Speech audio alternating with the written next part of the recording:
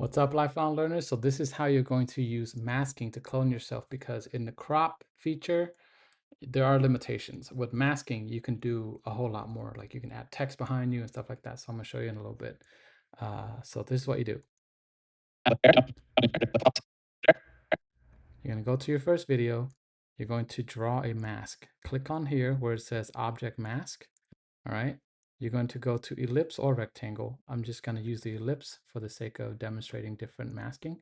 I'm going to draw an ellipse around me, make it big enough where it's going to cover my whole body, and it's not going to have my arm come outside of the mask. Okay. So then after you created that mask, you are going to go over here in effects control. You're going to take the unassigned mask and you're going to assign it to the opacity. So what's going to happen here is it's going to basically paint black around everything else. Sorry, paint black on this area right here where you can see down to the bottom layer, this layer right here. So let me show you. Click and drag, and then you will have to assign it underneath opacity, and boom. You can see here, just like in Photoshop that you've learned before, when you paint white, you can see through to the bottom layer. But when you paint black, you're blocking what you don't want to see in the bottom layer. So basically all this is white and all in here is painted black in video format. Okay, so that's basically what happened. Over there doing jumping jacks. There you go. And then here's the other thing. There. See how now I don't have a mask on this layer, so let me just demonstrate the other mask. I'll do a rectangle. Here's the rectangular mask. I'm going to draw a rectangle around myself, doing shadow boxing over here. Click and drag this to make sure, because my hands are not going to go beyond this point. Okay. Just give myself a little bit extra space there and some feet space and some head space in case if I move my arm up too high or something like that, right? And then I'm going to click on this clip. Oh, I did the wrong clip. Oops.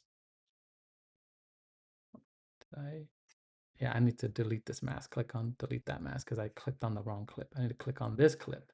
I need to assign the mask on that clip. So click on here, go to rectangular mask, draw the rectangular mask, drag the rectangular mask right there. And then I'm going to assign this rectangular mask to the opacity. Click and drag, drop it right there. Boom. Now I have 3 clones, and this is what I have. Yourself, I'm going to have myself over there doing jumping jacks, and I'm going to have myself over there doing shadow boxing. So, All right, so like, what's the big deal? What's the difference is when you do shadow clones, sorry, not shadow clones, when you do clones with crop feature, you won't be able to do something like this. Let me just show you here, just something basic. Okay, I'm gonna put my text right here. Testing text, you can put anything, testing text. You can put anything you want really, and I'm gonna move the text over here underneath the mask. Wait, where is it? Oh, I forgot. I got to duplicate the layer first. So let me duplicate the layer. Hold Option, click and drag. Let me just make this. There you go. Hold Option, click and drag. Put it up here. Okay. And I'm going to drag this text. Use my move tool. Drag this text. What is it? Oh, geez. Here's the text. There. Let's drag that text. Put it under here. And then I'll hide this layer. See how I can